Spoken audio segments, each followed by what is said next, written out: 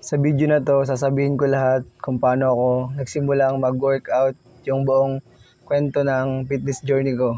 Kung paano ako nagsimula hanggang sa ngayon, sa ganito na yung katawan ko. And yun, ako ulit si Darwin Libantino, currently second year college student, and magto-20 na this October. Tapos, yun, nag-start ako mag-workout grade 9, 2019 yun. And nag-start ako mag-workout kasi nga, yun, nung mga panahon na yun, nung grade 9 na ako, sobrang liit ko, ang payat, ang itim ko, tapos sira-sira pa yung ngipin ko noon. And sobrang mahihain ko noon, kahit konting pag-imik ko lang sa ibang tao, lalo na sa mga babae makapag-usap, sobrang mahihain ko. Talagang pinapawisan ako sa mga ganong pagkakataon. As in, sobrang mahihain, wala akong confidence para sa mga ganong bagay. And kaya, noong mga time na yon, grade 9, naisipan ko na, hindi pa actually naisipan ko mag-workout. Iniisip ko pa lang na gusto kong magka-abs ng mga panahon na yung grade 9. Kasi nga, sobrang dami kong nakikita din sa online ng mga may abs ng mga tao, ng mga lalaki doon na sobrang nakakahanga, nakakainggit. Like, iniisip ko kung anong pakiramdam nung may abs na yun. Tapos, iniisip ko na baka, tapos pala, ng mga panahon din yun is may crush ako na taga dito sa amin. And kala ko kapag may abs ka na ganun is, yun, madali na lang magkaka-chicks, ganun. Kasi nga, sobrang mahihain ko nun, kala ko na ganun yung mangyayari. And kaya yun, dahil talaga dun sa gusto ko talagang magka-abs ng mga moment na yun, kaya ako nag-start mag-workout. Yun yung why ko nun. Gusto ko magka-abs. Then, tapos, yun nga, grade 9. Tapos may kaklase rin pala ako na sakto na may kaklase ako na nagka-calisthenics. Tapos ang ganda ng katawan niya, fit talaga. Tapos ang laki ng katawan niya na ganun. Then mas na-introduce sa akin yung pag-workout. Nalaman ko doon yung pull-up, tsaka yung push-up, ng mga ganun. So, nung grade 9, ang ginagawa ko lang noon, yung mga kung ano lang yung maisipan ko na push-up, yung mga abs workout. Tapos, nag-download pa ako noon ng ab workout na apps ng mga time na yun, ng mga time din yun. Pero hindi ako tuloy-tuloy. Kung kailan ko lang din maisipan gawin. And yun, nagpo-push up na rin ako noon. Nung start ng grade 9 na yun, nung nasa kalagitnaan na kami ng quarter. Tapos, nagka-lockdown, nagka-COVID. Then, nag-lockdown. Then, ayun, ginamit ko yung pagkakataon na yun, yung quarantine na yun, para mag-workout. Kaya, inaral ko talaga, nanood ako sa YouTube ng mga workout program. Hindi ko pa alam yung tawag doon sa workout program, workout routine. Nanonood ako ng mga workout kung paano magka-abs, kung paano palakin yung katawan, yung mga ganong bagay yung pinapanood ko sa YouTube noon. Then, yun nga, nag-lockdown nga. 2000, matatapos na yun eh. Matatapos na yung grade 9 noon. Eksama namin yun. Tapos hindi kami nakapag-exam kasi nga kinabukasan, quarantine na. Bawal lang lumabas noon. Kaya yun, time ko na yun para mas magtuloy-tuloy sa pag-workout. Mas natuto ako, nanood sa YouTube. Tapos nung 2020, doon na nga, nag-workout na ako 3 times per week ata yun. Tapos ang ginagawa ko, puro push-up lang at abs workout. So bali ang ginagawa ko sa alitan, halimbawa Lunes, Miyerkules, Biyernes, yun lang yung ginagawa ko, tapos yun lang yung araw ng mga nag-workout ako, tapos yung the rest is pahinga ko na. Ang ginagawa ko nga lang ay puro variation ng push up, tapos mga abs workout. Then nagising pa ako ng madaling araw nun para hindi ako makita ng mga kapatid ko nung nila mama na nag-workout, kasi baka isipin na para akong tanga. Kasi nga bago sa kanila yung makita na mag-workout ako na ganun. Kaya maaga pa ako nag-workout para walang makakita. Nagising ako ng mga alas 5 ng madaling araw para lang mag-workout ng mga ganun. Tapos kapag yung nagpo-push up ako sa kwarto, tapos may naririnig akong footstep, bigla akong nag-iiba na yun, hindi na ulit magpo-push up. Yung mga moment na yun na tanda ko pa. Then yun lang ginawa ko sa buong taon na yun. Tapos yun, mas nanood pa about sa pag-workout. Then 2021, dito ko na na-discover yung push-pull legs, na ang ginagawa ko kapag 6 times a week ako nun, ginagawa ko Monday push, puro push up, Tuesday pull, puro pull ups, tapos Wednesday legs, tapos Thursday ulit, push up ulit, Friday pull naman, pull up, tsaka Saturday legs. Then yung linggo yung pinakapahinga ng katawan ko. Doon talaga ako mas nagseryoso, as in 6 times a week akong nag-workout yung buong 2021 na yun, buong taon na yun, 2021. Mas nagseryoso ako mag-workout nun. Araw-araw talaga, wala akong na-skip na workout nun. Tapos yung pagkain ko, natutunan ko na din yung pagkain ng whole foods, na kung gusto mo talagang sabi daw ng mga napapanood ko dun is yun, iwas sa mga junk food. So ang ginawa ko, hindi lang basta ako umiwas, talagang hindi na ako kumain ng mga junk food, like yung mga junk food na hindi naman, yung may iba-ibang halo na, yung may mga iba-ibang ingredients na, like soft drinks, chicheria, yung mga pansit canton, yung mga fishball, yung mga ganun, yung mga 2021 na yun. Kasi nga lockdown din nun, kaya nakakain ko lang yung mga rice, yung mga ganun. Then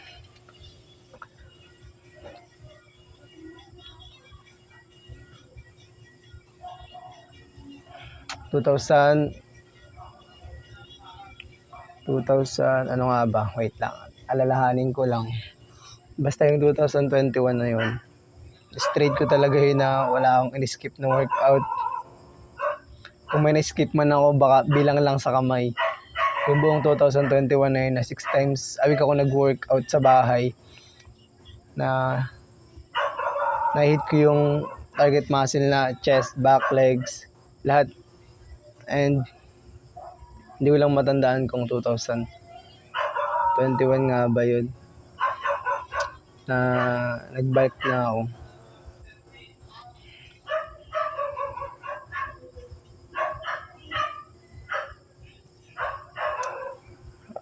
Ano ba nga ba? 2022 ata. 2022 nung July 2021 July 1, 2021, nalaman ko na rin yung bulking. So nag-try na ako nung mag-bulk noong 2021, kasi nga nung January 2021, yung buong taon na nga, yung buong ano na nga yun is puro abs lang ako. Tapos yun, nagpapapawis, nagja-jumping rope, talagang nag-move more ako para mas matunaw yung fats ko. Kasi natutunan ko din yun kung gusto mong mag-burn ng fats, kailangan mong move more, tapos yung kain mo natural foods or bawasan mo yung kain mo. Kasi nga yung mga junk food, sobrang tataas ng calories nun.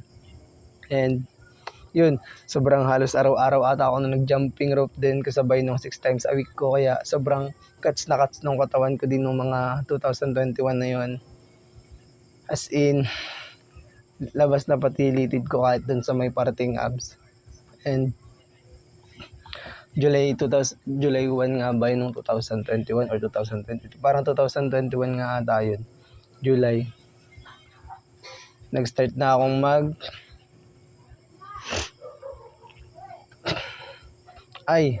mali pala.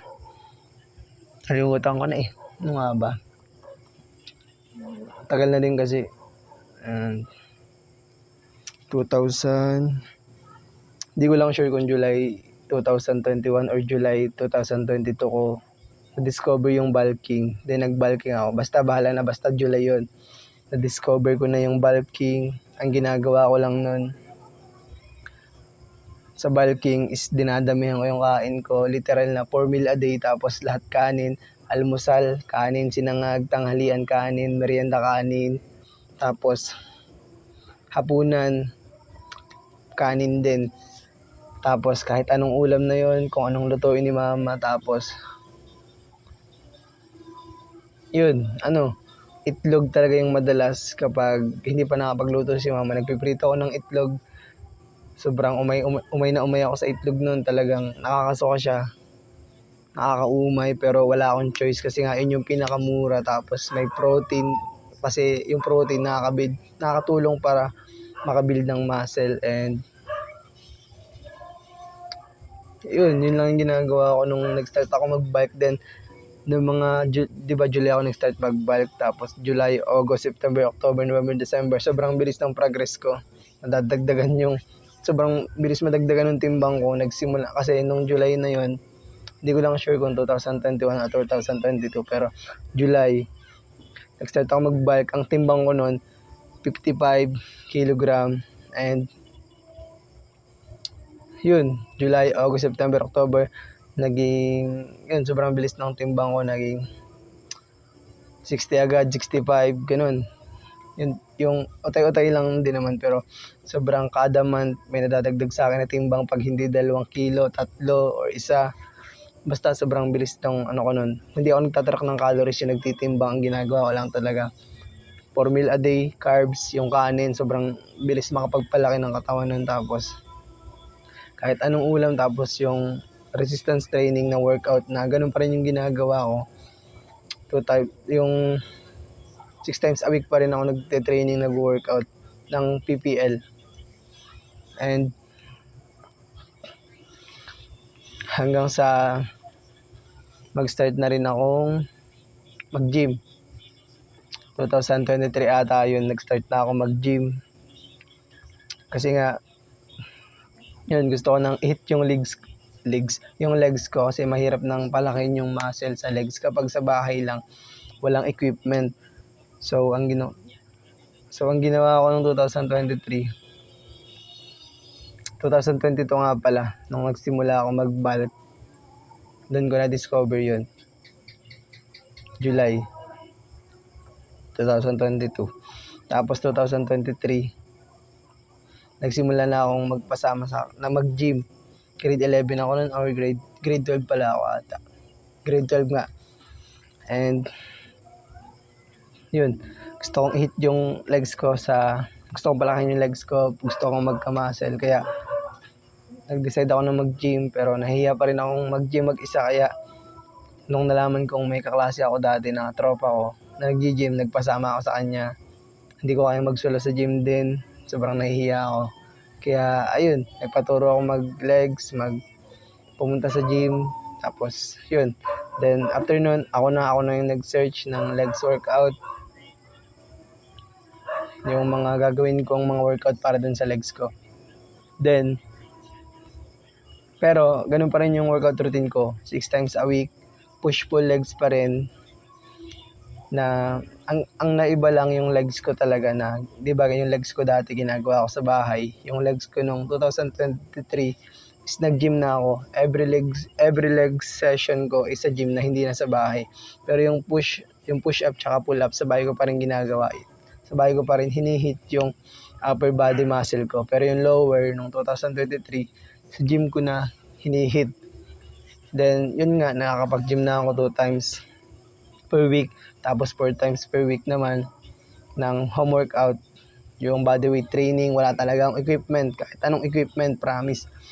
Ang ginagawa ko lang, miski yung pull-up bar, gawa ko lang yun. Gawa namin ng mga kaibigan ko dito. Tapos, yun, kung saan lang ako makasabit. Tapos, mahirap talagang mag-pull up nun. Kaya, in-attempt ko lang lagi-lagi. And, 2023, ano.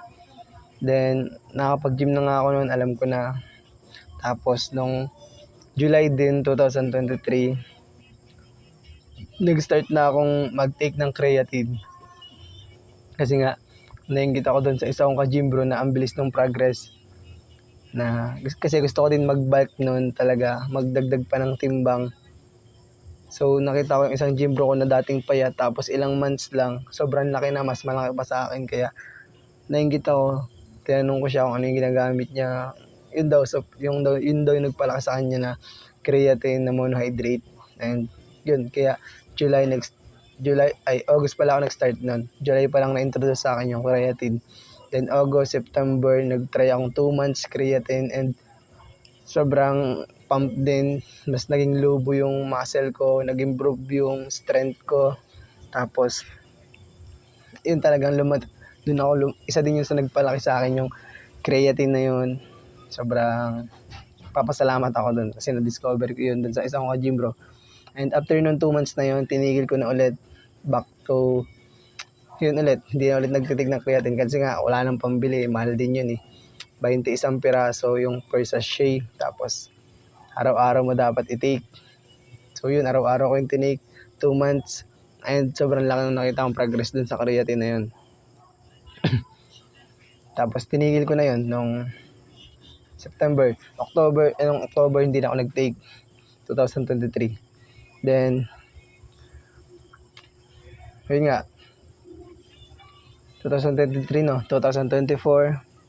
napansin ko na, 2023 to 2024, puro legs ako nun, sa gym, straight, yung kada leg workout ko na sa gym, straight ko yun yung isang taon na yun na, ganun yung workout routine ko na 4 times a week sa bahay, 2 times a week sa gym.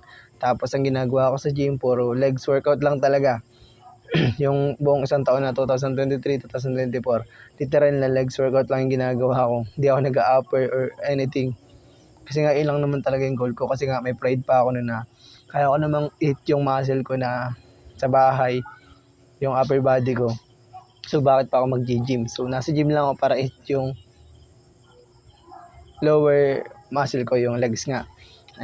Pero ng mga time na yun, 2024, na-realize ko na napag-iiwanan na yung upper ko, yung lalo na yung shoulder, traps, arms, bicep, tricep.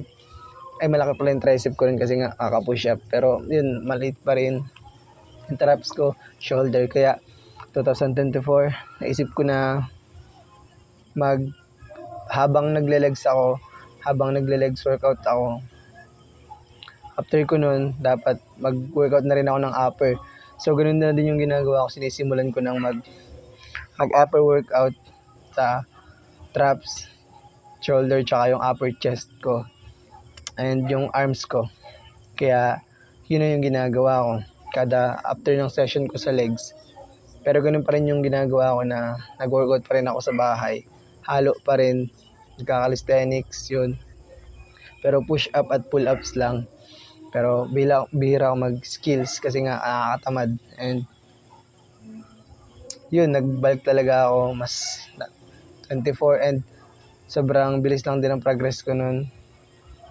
Mas patagdag yung timbang ko. Minsan pa nga na iba-iba, na baba, na taas kasi nga hindi ko rin ma-maintain. And tapos, ano pa ba? 2024, fast forward tayo. Sobrang, pasensya na akong pinapa-fast forward ko kasi hindi ko na rin masyadong maalala. Kung ano lang yung naaalala ko, yun lang yung sinasabi ko. Pero totoo to, based sa experience ko to. Ito yung buong fitness journey ko talaga. And, yun nga, 2024,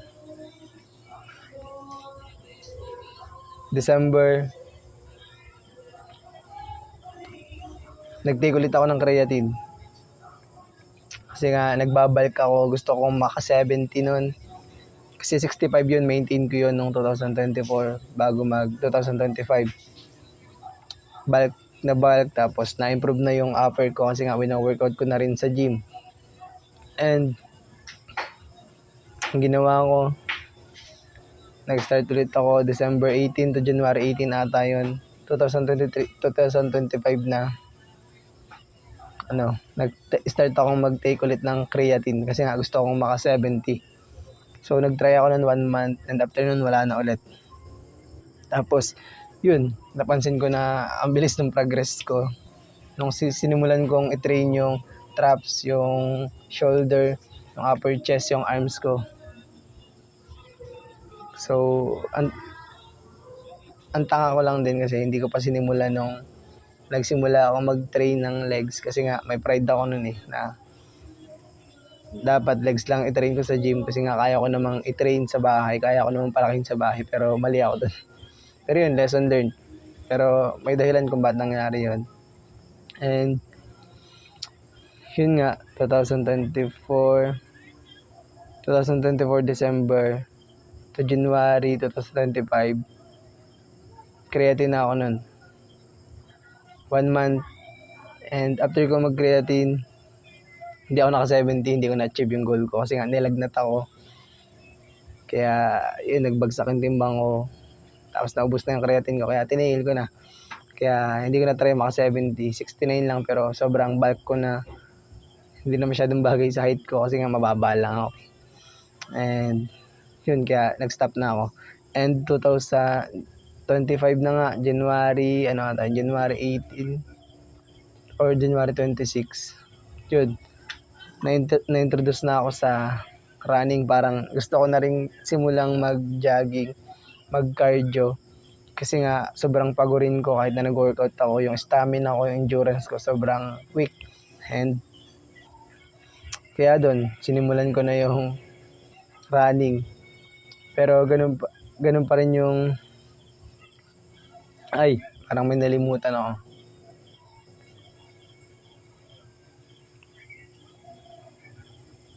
Tama. 2025. Tapos pala nung bago mag 2025, nagte-train na rin ako ng, yun nga, halo, calisthenics, gym. Tapos nung 2025, January,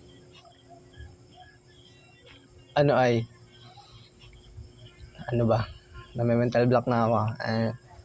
January 2025, January 26, nag-try na ako mag-jogging, running. Kasi nga, yun, gusto kong improve yung stamina ko tapos endurance and para na rin mabawas ko yung fats ko. Then, yun, ginawa ko siya. So, bali, hybrid training na ako noon. Iniba ko na yung workout split ko noon. Hindi na push-pull legs na 6 times a week. Ang ginawa ko na simula nung nag-running ako, iniba ko na rin yung workout split ko.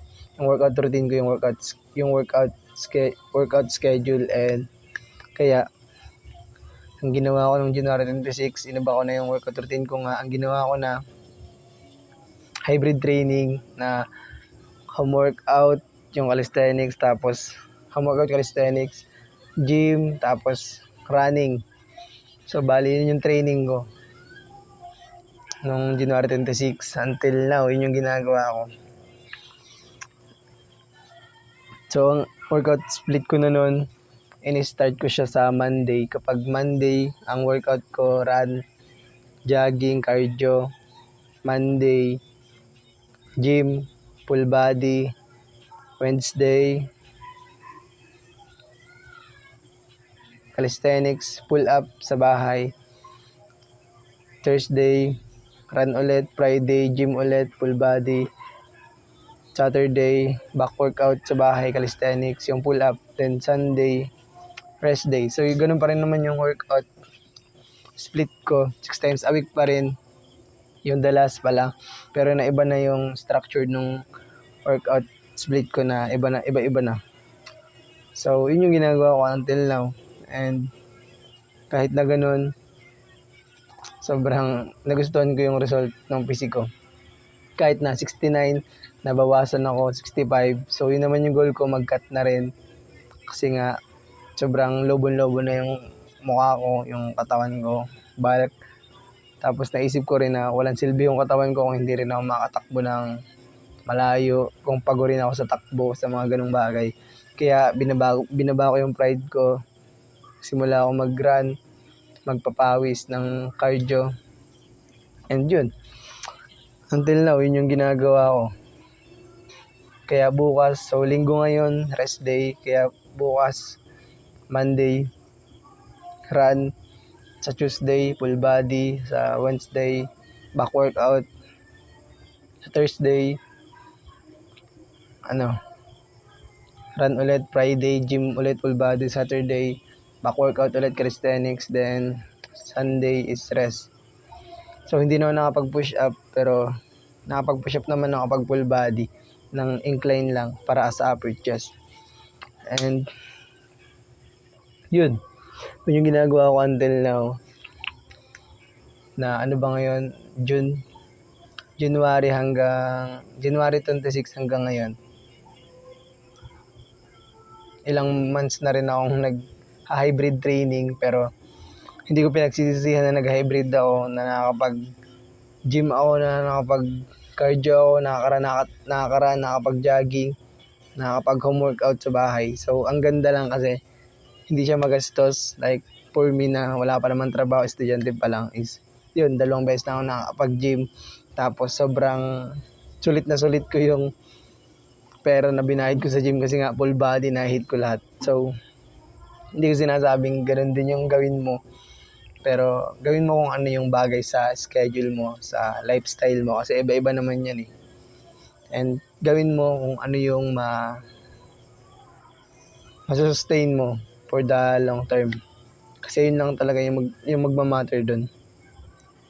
And yun nga, yung ginawa ko.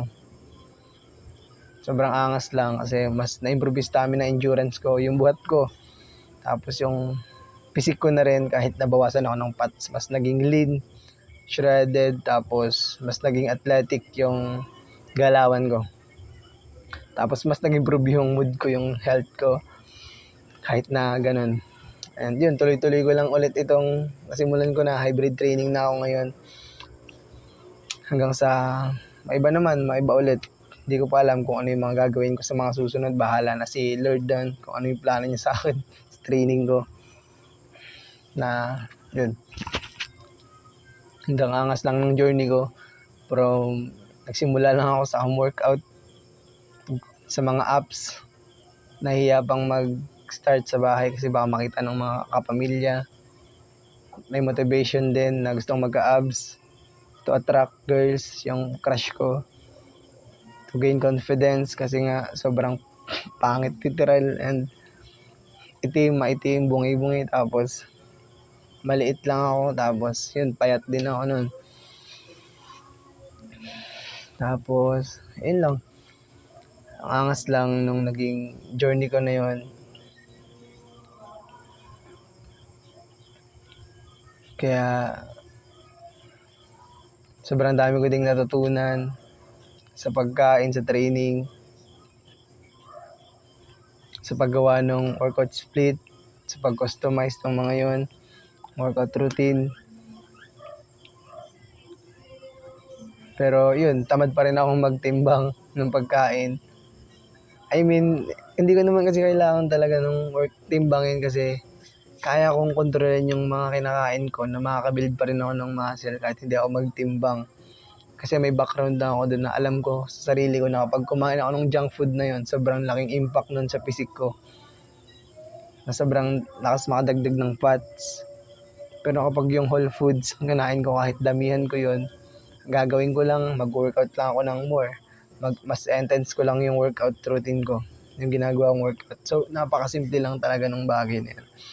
Pero, yun. Kakalahating oras na pala tong akong nagkikwento and haba pala nito. So, kung nakaabot ka dito, congrats. Kasi hindi to edited. Hindi to for dopamine hit. And mali-mali po yung nasasabi ko dito. Minsan ang utal ako, hindi ko alam po ano yung sasabihin, nalilimutan ko.